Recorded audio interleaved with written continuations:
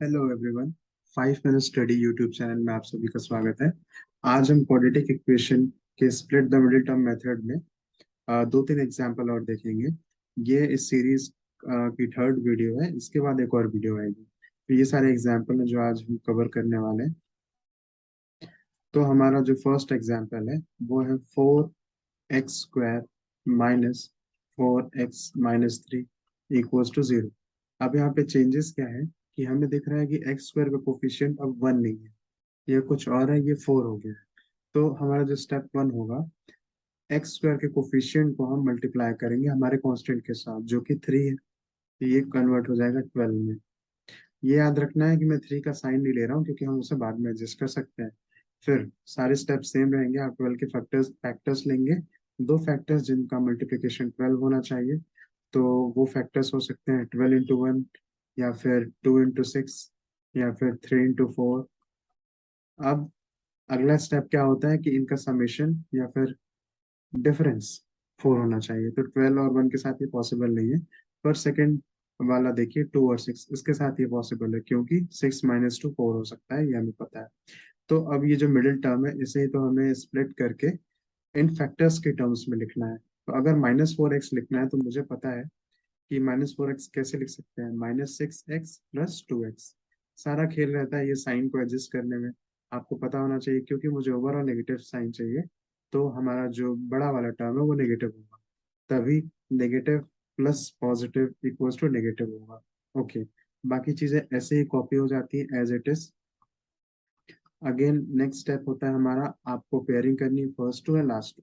First pair में से मुझे दिख रहा है कि 2 कॉमन निकल सकता है, और क्या दिख रहा है हमें कि x कॉमन निकल सकता है। तो इस ग्रुप में फिर बचेगा 2x-3 प्लस, इस ग्रुप में कुछ कॉमन नहीं निकल सकता तो आप 1 कॉमन निकाल दीजिए, और अंदर बचेगा 2x-3 इक्वल्स टू 0।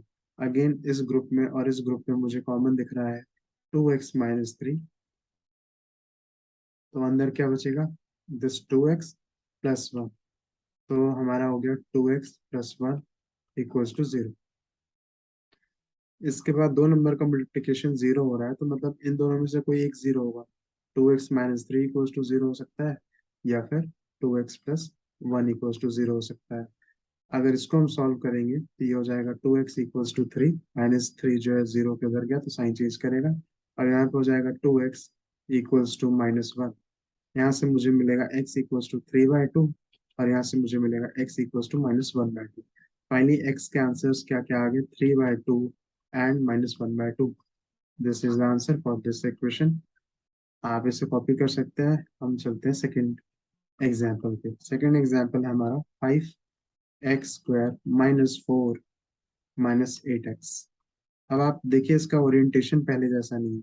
इसमें एक्स को यहाँ लिख दिया है, कांस्टेंट को यहाँ लिख दिया है। तो अरेंजमेंट्स को देख के आपको कंफ्यूज नहीं होना है, आप उसे खुद अरेंज कर सकते हैं। तो 5x² यही रहेगा क्योंकि हाईएस्ट टर्म पहले लिखते हैं। उसके बाद वाली जस्ट टर्म लिखेंगे तो हम 8x को पहले लिख देंगे, और कांस्टेंट को हमेशा लास्ट में लिखते हैं। अगेन x² के कोफिशिएंट 5 को हम 4 से मल्टीप्लाई करेंगे तो हमें मिलेगा 20। 20 का फैक्टर लेते हैं 2 into 10, या फिर 5 into 4, या फिर 20 के और फैक्टर्स हमें लेने पड़ेंगे।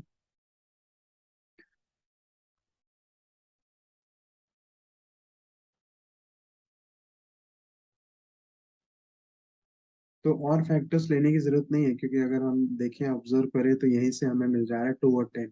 क्यों? क्योंकि 10 - 2 8 होता है, तो मिडिल टर्म स्प्लिट हो गया। अब क्योंकि यहाँ नेगेटिव है तो हमें पता है, जैसा हमने पिछले एग्जाम्पल में भी देखा, कि बड़े वाले टर्म को आप नेगेटिव कर दीजिए तो 10x+2x-4 = 0। फिर से मैं बोल रहा हूँ कि आपको यही इसको अरेंज करना है ताकि ये मिल जाए मुझे। अगेन पेयरिंग कर लीजिए। 5 कॉमन निकलेगा, x कॉमन निकलेगा तो यहाँ बचेगा x-2, और यहाँ पे 2 कॉमन निकलेगा तो ये हो गया x-2 इक्वल्स टू 0। अब आगे का प्रोसेस बहुत सिंपल हो गया, 5x+2, then x-2 equals to 0। उसके बाद 5x+2 इक्वल्स टू 0 ले लेंगे, यहाँ से मुझे x इक्वल्स टू -2/5 मिल जाएगा। This is your first solution, and then x-2 equals to 0, so x equals to 2।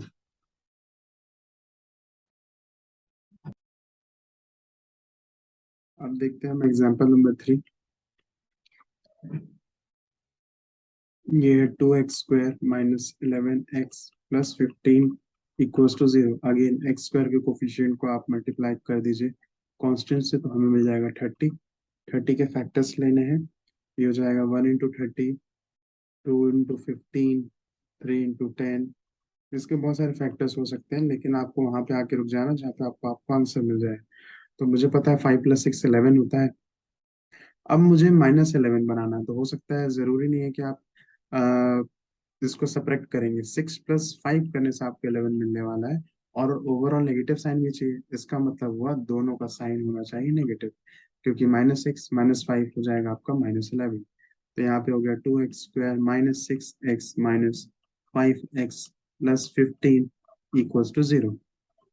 Again pairing हो गई। अब हम कॉमन निकालेंगे तो 2x कॉमन निकलेगा। यहाँ पे x - 3, यहाँ से मैंने 5 कॉमन निकाल लिया, तो यहाँ बचा x - 3। आपको बस ये याद रखना है कि ये दोनों सेम होने चाहिए, तो कॉमन भी उस हिसाब से निकालना है। अगेन इन दोनों में से x - 3 कॉमन निकल जाएगा। यहाँ बचेगा 2x - 5 इक्वल्स टू 0। इन दोनों में से कोई एक जीरो होगा, तो x - 3 इक्वल्स टू 0 और 2x - 5 इक्वल्स टू 0। क्योंकि हमने इतने सारे एग्जाम्पल्स कर लिए हैं, तो आपको आइडिया हो गया होगा कि अब ये कैसे प्रोसीड करना है। तो x इक्वल्स टू 3 हो गया और x इक्वल्स टू 5/2 हो गया।